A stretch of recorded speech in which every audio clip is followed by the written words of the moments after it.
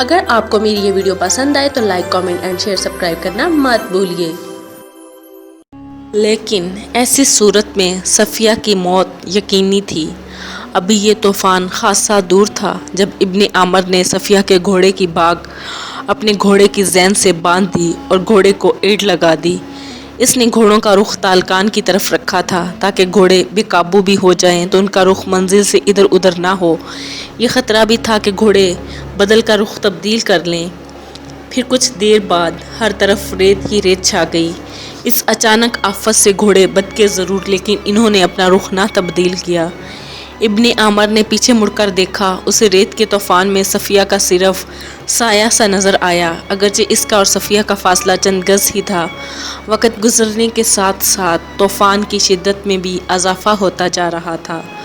ہوا کی آوازیں خوفناک ہوتی جا رہی تھیں۔ یوں محسوس ہو رہا تھا جیسے چاروں طرف عورتیں بین کر رہی ہوں۔ صفیہ کا تو خوف کی وجہ سے برا حال ہو رہا تھا، لیکن تھوڑی تھوڑی دیر بعد آنے والی ابن عامر کی مدھم سی آوازیں اس کا حوصلہ بڑھا رہی تھی۔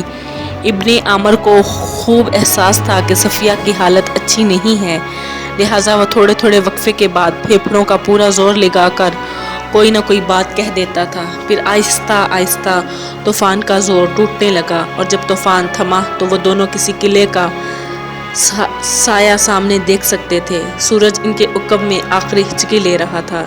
ابن عامر نے گھوڑوں کو روکا۔ اس وقت وہ ایک بلند ٹیلے پر کھڑے تھے۔ سورج چونکہ ان کے عقب میں غروب ہو رہا تھا، اس لیے ان کے سائے نہایت لمبے تھے۔ دونوں نے اپنے سامنے قلعے کو دیکھا اور گھوڑے کو ہلکی رفتار سے چلا دیا۔ سخت مشقت کی وجہ سے گھوڑوں کا پسینہ پھوٹ رہا تھا۔ ابن عامر نے صفیہ کو مخاطب کیا، صفیہ سامنے دیکھو، ہماری منزل ہے، صرف تمہاری منزل، میری منزل تو تم ہو۔ صفیہ نے جواب دیا تو بے اختیار دونوں کے ہونٹوں پر مسکراہٹ رنگ گئی، اور جب وہ قلعے میں داخل ہوئے تو سورج غروب ہو چکا تھا۔ فجر کی نماز کے بعد ان دونوں کی تلاش میں آنے والے دوبارہ تلاش میں روانہ ہوئے۔ ان لوگوں کا ارادہ تھا کہ دوپہر تک تلاش جاری رکھی جائے، اگر دونوں مل گئے تو ٹھیک، ورنہ واپس لوٹا جائے۔ وہ لوگ آگے ہی آگے بڑھتے گئے۔ جب سورج سر پر آ گیا تو انہوں نے واپسی کا ارادہ کیا۔ تھوڑا چلنے کے بعد وہ ایک ایسے علاقے میں پہنچے جہاں اکا دکا چٹانیں تھیں۔ ان میں سے ایک چٹان قدرے بڑی اور آگے کو جھکی ہوئی تھی۔ سب نے اس کے نیچے پڑاؤ کیا۔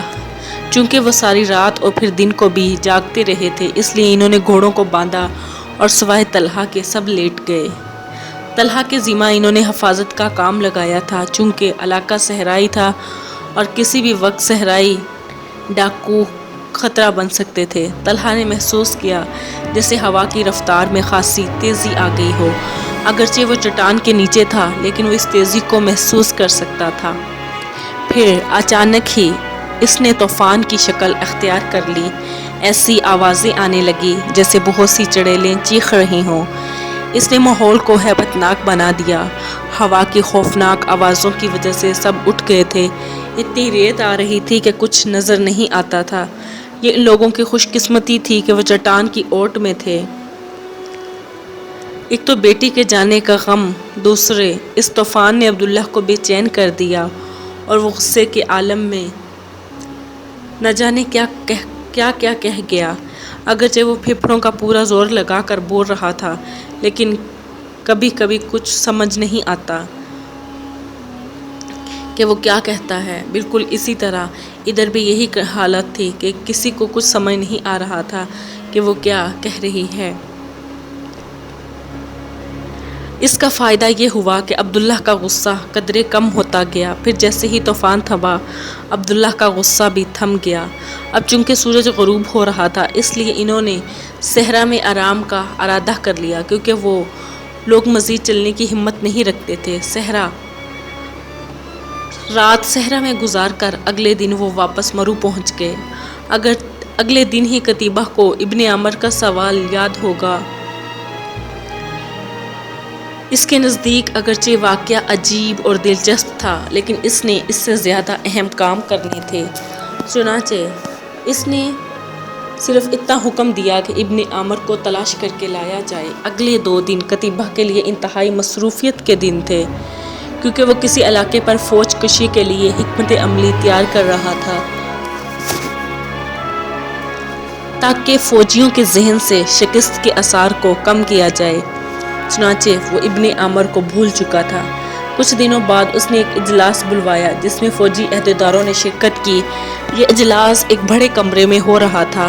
کمرے کی آرائش سے لگتا تھا کہ کمرہ اسی مقصد کے لیے بنایا گیا ہو۔ مستقبل یا مستطیل کمرے کے وسط میں ایک مستطیل میز تھی جس کے دونوں طرف لمبائی کے رخ 20 کرسیاں رکھی تھیں، جبکہ عرضی طرف صرف ایک کرسی تھی جس پر کتیبہ براجمان تھا۔ کچھ دیر روایتی گفتگو کے بعد کتیبہ اسے اپنی اصل مقصد کی طرف لے آیا۔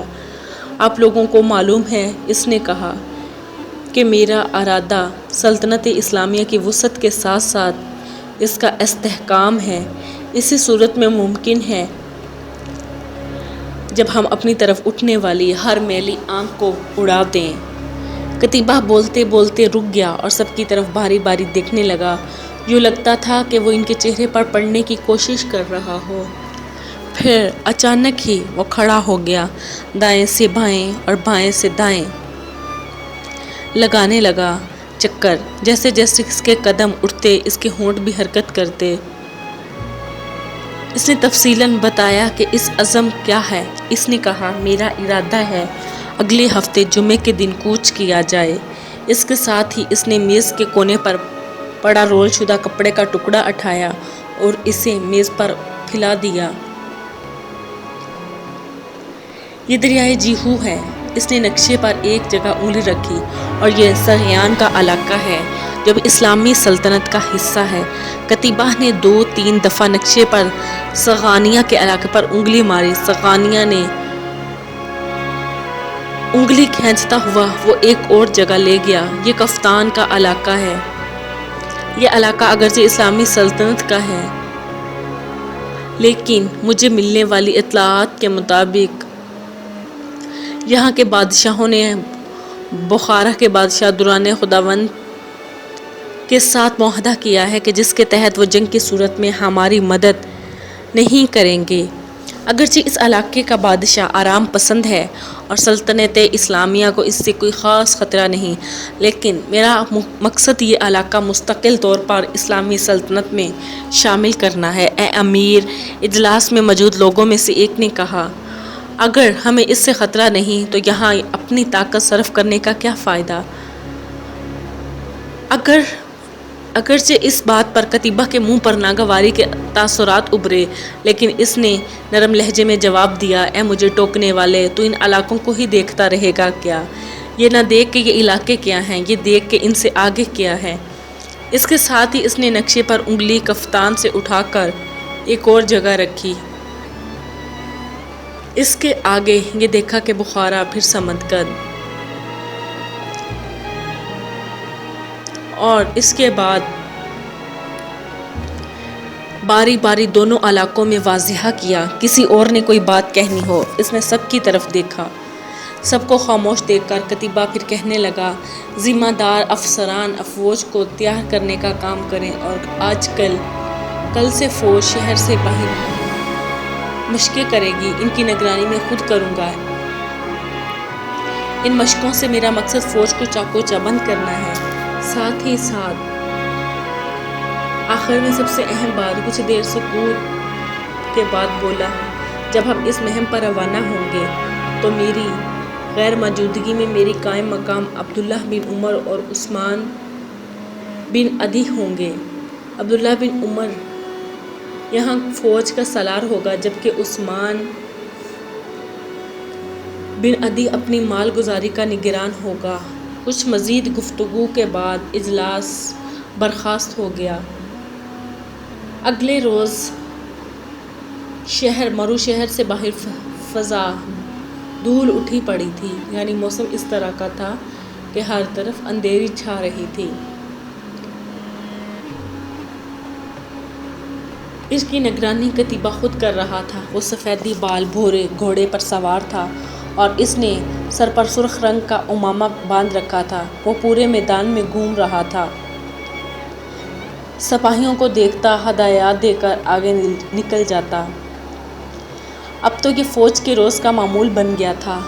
صبح میدان میں نکل آتی، ہر حصے کے کمانڈر صفیں درست کرواتے اور کتیبہ کے اشارے پر بغل بجایا جاتا۔ اس کے کمانڈر